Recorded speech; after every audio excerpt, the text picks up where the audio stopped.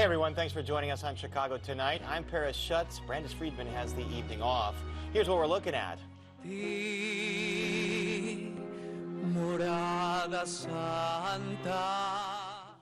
Hundreds gather for the funeral of fallen Chicago police officer Andrés Vásquez Lasso. Shows a sign of what the city of Chicago has done to the Englewood area. The impact of a shuttered train stop on Englewood and how residents are organizing to reopen it. We have to keep an open mind about this until there's definitive evidence. A look at the likelihood COVID-19 could have emerged from a lab leak in China. And Paris, as you mentioned, I'm in Greater Englewood, where I'll be reporting live tonight as part of our Chicago Tonight in Your Neighborhood series. We've got the latest on the controversial plan to replace Whole Foods with discount grocer SaveALot, as well as on the effort you mentioned to reopen a long-shuttered Green Line station. But for now, back to you. All right, Nick, thanks a lot. And now to our top story tonight. A line of mourners stretched for blocks in Oak Lawn to pay final respects to Officer Andrés Mauricio Vásquez Lasso. Last week, he was shot and killed responding to a domestic violence call. Chicago Tonight's Joanna Hernandez was at the funeral and tells us more about how he's being remembered. A sea of blue wrapped around 32-year-old Officer Andrés Mauricio Vásquez Lasso. Hundreds came from near and far to pay tribute. We gather to honor our brother. We give thanks to God for the years that he allowed us to share in his life. His family and brothers in blue came together for his funeral service at St. Rita of Cascia Shrine Chapel. Andrés was one of the bravest and most selfless individuals I have ever known. John Vasquez holding back tears, describing his cousin as a passionate officer who always put others first. We say farewell, but we will never forget you. We will never forget the sacrifices you made, and more than anything, the memories you left behind. Vásquez Lasso served 5 years with the Chicago Police Department.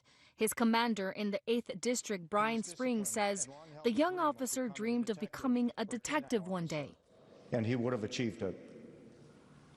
Anyone who knew him noted the pride in his appearance, his professionalism, his dedication to fitness, and his passion for football. Vásquez Lasso migrated with his family to Chicago from Colombia when he was 18 years old.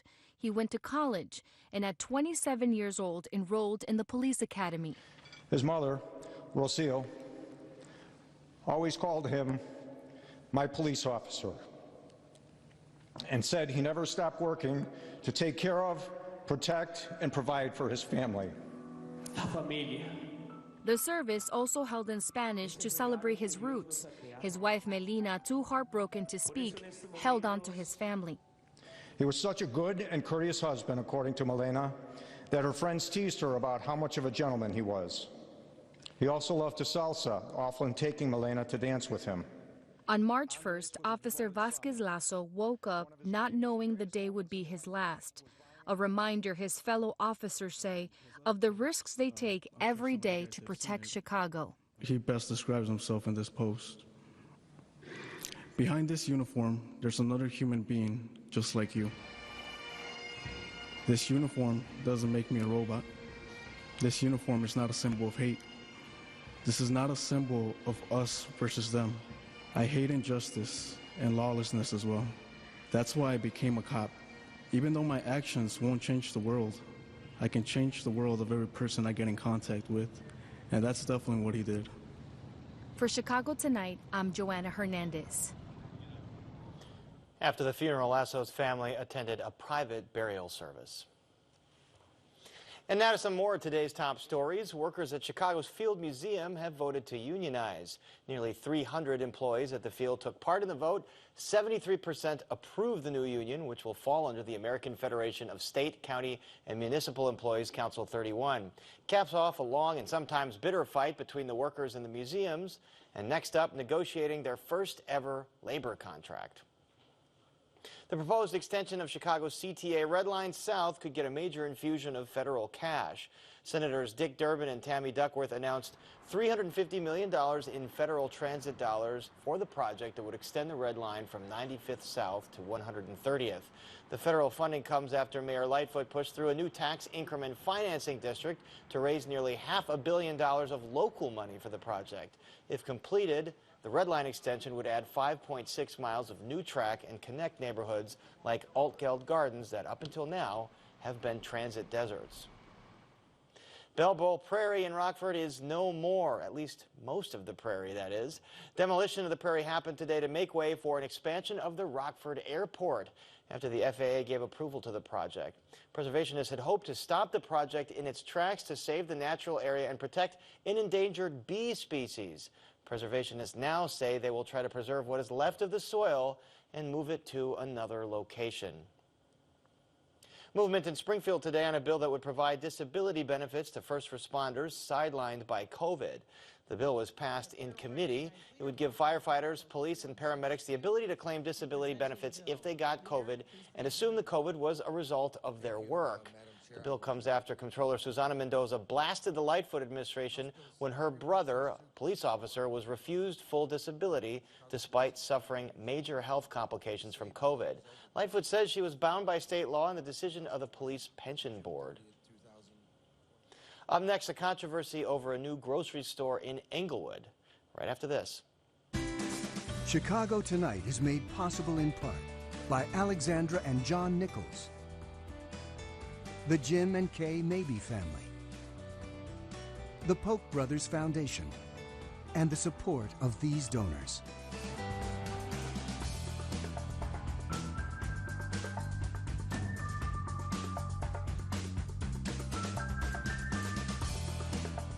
Last spring, Whole Foods shocked and angered many Englewood residents when it announced it would close its location at 63rd and Halsted. Many residents and community leaders were clear about one thing. They didn't want to see the store replaced by the discount grocer SaveALot. Despite significant pushback, that is the current plan.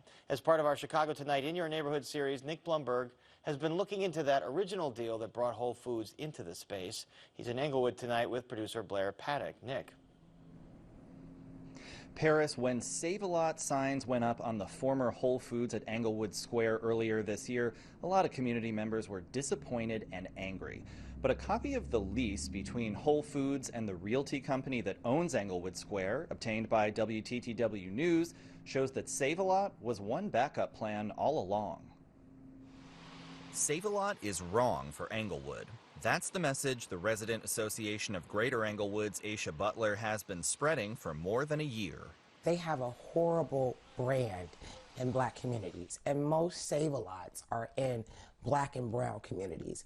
I mean, from the products that they have on the shelves, from the low-quality vegetables and fruits. Despite that outcry, SaveALot operator Yellow Banana was picked to sublease the grocery space from Whole Foods. When we saw that sign go up a few weeks ago, our members were up in arms about it. WTTW News obtained the original lease between Whole Foods and realty company DL3, which owns the space. The document outlines what happens if Whole Foods wants to leave and gives right of first refusal to a now closed grocery business that was also managed by the head of DL3, Leon Walker. City records show that Walker's business, which has since been dissolved, was once licensed to operate a SaveALot in Roseland. Wow. Wow.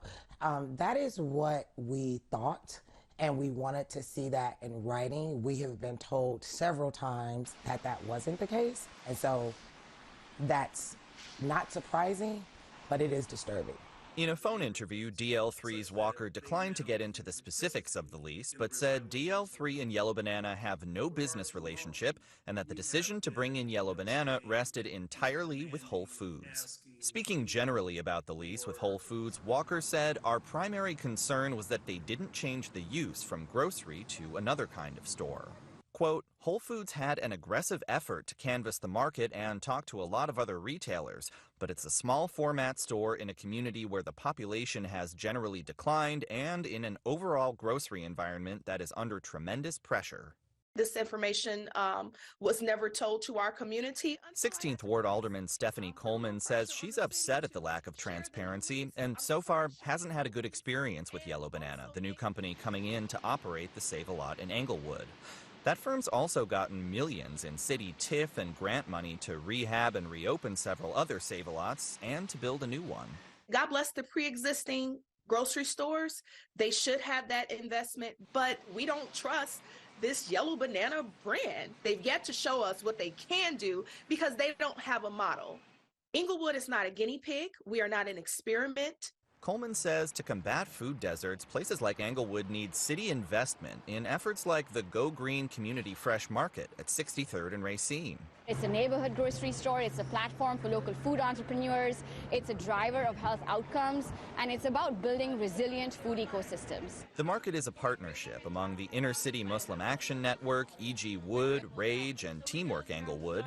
It's part of the larger Go Green on Racine effort, which is also working to repurpose a shuttered school and reopen the Racine stop on the Green Line.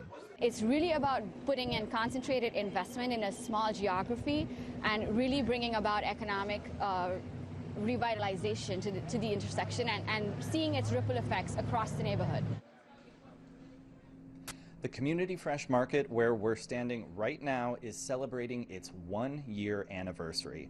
Now, coming up, we'll tell you more about that effort to reopen the shuttered Green Line station that we mentioned. And we should also mention that Yellow Banana did not respond to a request for comment. Paris. All right, Nick, we'll look forward to that report. And up next, where did COVID come from? Stay with us.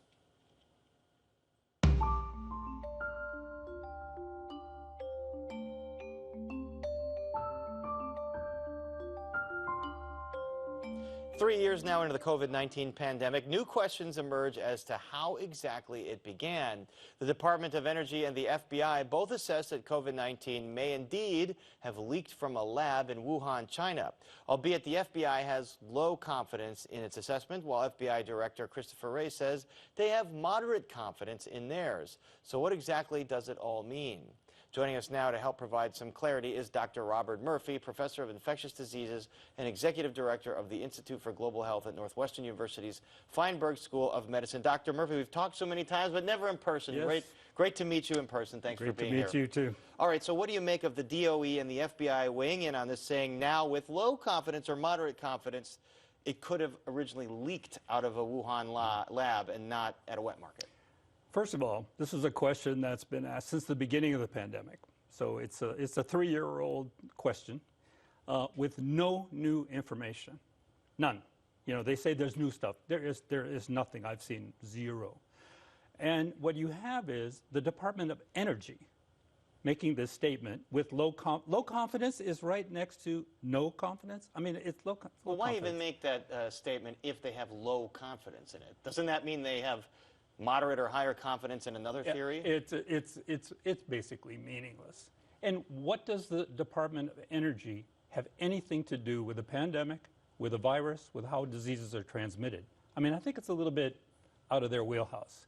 I mean, all the other medical groups, the NIH, the CDC, the White House group, whatever, they don't think it came from the lab, or they think it's the possibility is really remote. You know, doctors don't say anything's 100%. Right. So even I'll say, yeah, it's 1% chance or less. In science, you can't really say anything. You really can't say 100%. What about the World Health Organization? They say the same thing. The same thing. Isn't part of the problem here that China's been so opaque that inspectors really haven't gotten a lot of access to get answers? Okay. The Chinese are opaque. However, they led 2 international group of scientists, each group at 2 separate times. Each group included an American. They came, they interviewed people at the lab, they interviewed people at the market, they interviewed the public health people. They did a huge report, and they said the same thing. They said the same thing. We can't tell. It's less than 1% chance. It most likely came from these animals. Is there anything about the biology of the coronavirus that sheds light on whether it's spillover versus lab leak? Yeah, the genetics of the Wuhan virus. Now, we shouldn't be naming it after a city because it really didn't start there. It started in some animal, probably in southwest China someplace, and then was sold in a market. The genetics of that is very similar to what's in the animals. And we know that coronaviruses go in a lot of animals. They go in deer. You know, cats have it. You know, lions in the zoo have coronavirus. There's coronavirus really in many animals, and there should be really no surprise. And the genetics fits. So you're saying because of those things, it still makes the most sense to theorize that it came from a market. That's how it goes. The other thing is, you would think after 3 years that there would have been some whistleblower, there would have been somebody, one person, come forward with some real evidence. Nothing. At the same time, isn't it strange that maybe it's just a coincidence that this lab studying coronaviruses is in Wuhan, and this is ostensibly where the virus initiated? Well, I mean, the lab is studying viruses. So, I mean, it's just a bunch of viruses. Then coronavirus comes, so of course they started to study that. I mean, there are labs all over the world, by the way. So, you know, this was just happens to be a lab. The lab did have some funding from the United States for a completely different project, completely unrelated. And we know that so many different conspiracy theories kind of bubbled up around this, the fact that there are labs, that the U.S. might have had involvement and things like that. Because of these kind of tangential things, conspiracy theories arise. And it goes back to Christopher Wray. I saw that that presentation, the head of the FBI. Moderate confidence. Christopher Wray is a philosophy major from Yale University. He then got his JD, a lawyer degree, also from Yale. That guy probably hasn't taken a biology class since he was in high school. I mean, what is he talking about? The reason why our head criminal investigators in the country are suspicious about the lab is because the Chinese are so opaque. You know, they're not going to testify. So when somebody refuses to testify, you know, they think you're guilty. But I think that's just the way the Chinese are. If that's exactly how it happened, then they will never admit it, it sounds like. Never. Let's hear from Dr. Anthony Fauci, a former chief medical advisor to President Biden. He had this to say about the level of preparedness for the next pandemic. We're partially ready. There are some things that have gone right with the pandemic preparedness and response for COVID-19, and some things that need to be substantially improved upon. It may not occur in the next year or 10 years or 15 years, but there will be another pandemic, as history has taught us. You were on early on in this pandemic predicting that it would be the deadliest event in the United States history, or one of the deadliest events. Have we learned anything in this 3 years? We learned how to make vaccines fast. Dr. Fauci and myself and many other experts in the field, we didn't think we would ever get a vaccine for well over a year, like a year and a half or 2 years, when they started making the vaccine. And it was approved 10 months later. That was great. And then the testing, I don't know if you remember back to early 2020, you couldn't get a test if you had $1 million. It wasn't just testing. People were having trouble getting gear. They were having trouble getting masks, PPE.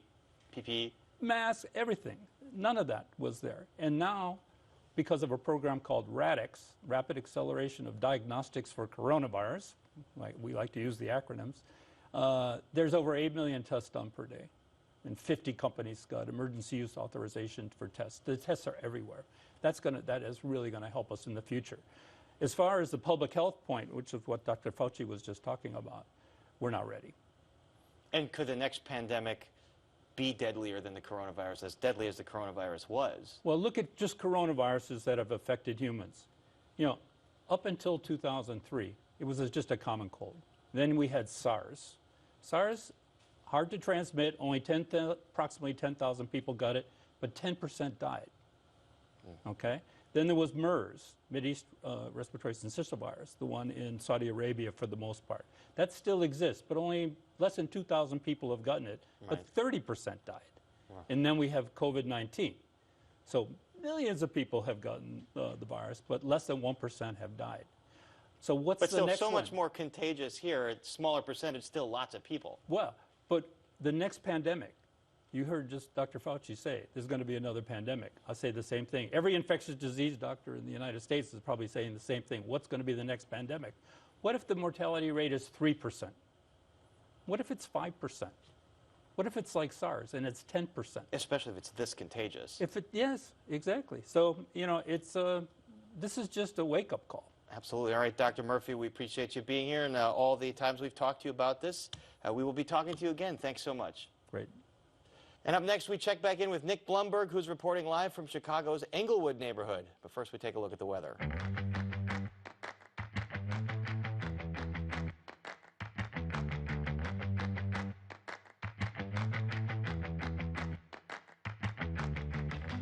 Frightening looking forecast there. And now we toss it back to Nick Blumberg, who is in Englewood with producer Blair Paddock as part of our In Your Neighborhood series. Nick. Paris, a mile-long gap between Green Line stations. That's what some Greater Englewood residents have faced for nearly 30 years since the Racine station shut down. After years of efforts to reopen that shuttered stop, there's been quite a bit of momentum in recent months, including an outpouring of support at the ballot box last week. This stop is abandoned, and it shows a sign of what the city of Chicago has done to the Englewood area. When the CTA closed the Racine stop on the Green Line in January 1994, it was supposed to be a temporary closure for repairs. The station never reopened. To get off at Halsted or to get off at Ashland, we had to spend extra money on CTA fares to travel back towards Racine. Or we had our young people traveling through areas that was uncharted for them, through different neighborhoods, trying to get back to Racine, which caused a safety issue. For years, local leaders have pushed to get the station reopened. They got an advisory referendum on the ballot in the February 28th election, asking voters whether they wanted to see Racine back up and running. 93% of voters, not only in the precinct of this station or surrounding precincts, but all precincts of the 16th ward, voting yes and demanding that the station be reopened. In March of last year, the CTA told WTTW News it didn't have the funding needed to reopen the station, and said a 2017 ridership study found the station would see fewer average weekday rides than when it was closed in the 1990s. By December of last year, CTA President Dorval Carter said in a Sun-Times op-ed, quote, "The CTA and the city are fully committed to pursuing a reopened Racine Green Line station and making it a vital component of the community's revitalization."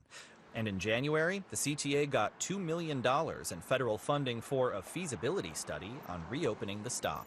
There's community support, CTA support, and there's already some catalytic investments going on, so that's a really good opportunity. The Metropolitan Planning Council's Audrey Wenning says it's not just about improved travel times, it's a way to add momentum to ongoing economic development and quality of life improvements. Opening the station could even build further upon that, help attract population, and create a much more walkable and vibrant area. The CTA says the effort is still in the early stages, with the full cost and timeline unclear.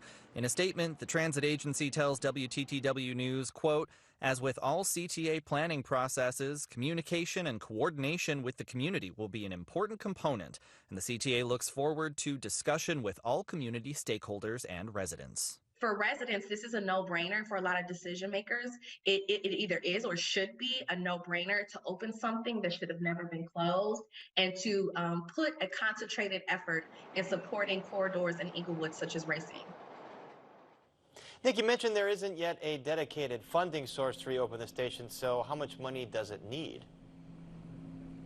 Well, the CTA told us that the estimated price tag could climb as high as $100 million. That would be to do everything from reconstructing the station house, the platform, things like doing some historic preservation work. Now, the CTA says the first step is to do preliminary design and engineering. Once they've gotten through that, they can figure out how best to proceed and which local and national sources might have the money to fund this project. All right, Nick, we'll have to keep following both of those stories, the grocery store and the Racine Green Line stop. Thanks so much. Hollywood's biggest night is this weekend. The 95th Academy Awards are on Sunday, and this year's list of nominees sees historic Asian representation. But the Oscars are still coming under fire over issues of representation, notably the fact that the film The Woman King didn't receive a single nomination. We explore the topic of representation at the Oscars on Chicago Tonight Black Voices. Here's a sneak peek of that conversation with host Angel Ito. I think it's telling that The Woman King was not nominated for a single category, and by all looks, it did everything right. It was a $50 million budget film. It was a box office success. Entirely black lead female cast, black director. And so the question is, how could the Academy not recognize that when other films, especially in the action-adventure category, have historically been nominated? Robert, what about you? What are your thoughts about 0 nominations? You know, there's a part of me that's very surprised by it, and yet there's a part of me that isn't surprised by it, knowing the historical barriers behind Black directors and filmmakers and Black stories being honored. And so when on nomination morning, when the nominations dropped and I saw The Woman King was not nominated, I was shocked to see it totally blanked. And yet I wasn't shocked that it underperformed, mostly because we've seen this story before. You can watch that full conversation on Chicago Tonight Black Voices this Saturday night at 6:30. And that's our show for this Thursday night. Please join us tomorrow night at 7 for the Week in Review and at 10 for Chicago Tonight. A new report shows Black and Latino drivers are much more likely to get pulled over by police than white drivers. And an all-affordable condo building gets ready for its debut in the West Old Town area. Now for all of us here at Chicago Tonight, I'm Paris Schutz. Thanks for watching. Stay warm out there. Good evening.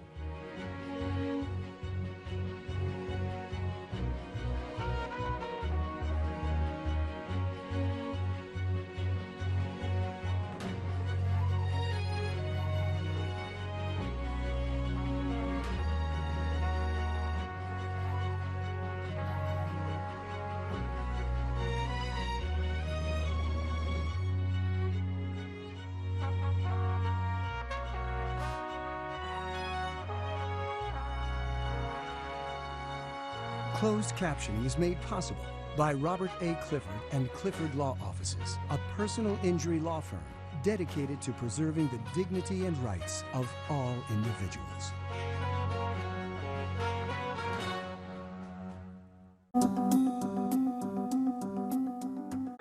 Next time on Antiques Roadshow, our appraisers set the record straight. This is 100% Maryland's signature. I'm floored. Jordan was a rookie in '84, but we deem the '86 Fleer cards his rookie cards because the first printed iteration of his rookie card, the Star Set, wasn't licensed. It's Antiques Roadshow from Nashville's Cheekwood Estate and Gardens. Monday at 7 on WTTW. I see the destruction of everything I have believed. See David Strathairn as World War II hero and Holocaust witness Jan Karski. Remember this. Remember this. On Great Performances. Monday at 8 on WTTW.